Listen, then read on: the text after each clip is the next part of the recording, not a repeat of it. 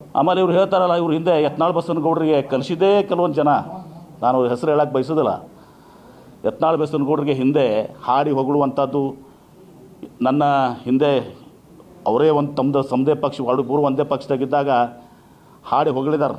M B ಪಾಟೀಲರು, BLD ಸಂಸ್ಥೆ, ಕುಟುಂಬ ರಾಜಕಾರಣ, ಇದೆಲ್ಲ ಹಳೇದಾಗಿದ್ದಾವೆ. ಯತ್ನಾಳ್ ಬಸವನಗೌಡರಿಗೆ ಪುಷ್ಟಿ ಕೊಟ್ಟು ಕಲಿಸಿ ಅವ್ರು ಮಾತನಾಡೋಕ್ಕೆ ಕಲಿಸಿದವರು ಇವರೇ. ಇದೆಲ್ಲ ಮಾತಾಡಿದ್ರೆ ಭಾಳ ಇದಾಗ್ತದೆ. ನಾನು ಅದಕ್ಕೆ ಹೋಗೋದಿಲ್ಲ. ಇದು ಜನ ಲೈಕ್ ಮಾಡಿಲ್ಲ. ಇವತ್ತು ನೀನು ಏನಾಗಿದೆ, ಇವತ್ತೊಂದು ದಿವಸ ವಿಜಯಪುರ ಜಿಲ್ಲೆ ಜನ ಎಲ್ಲರನ್ನೂ ಬೈತಾ ಇದ್ದಾರೆ.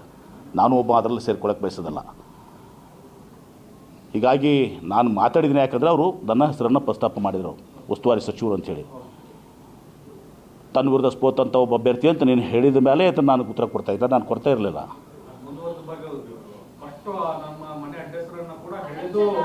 ಅದೆಲ್ಲ ಹಿಂದೆ ಭಾಳಷ್ಟು ಆಗಿ ಹೋಗಿದ್ದಾವೆ.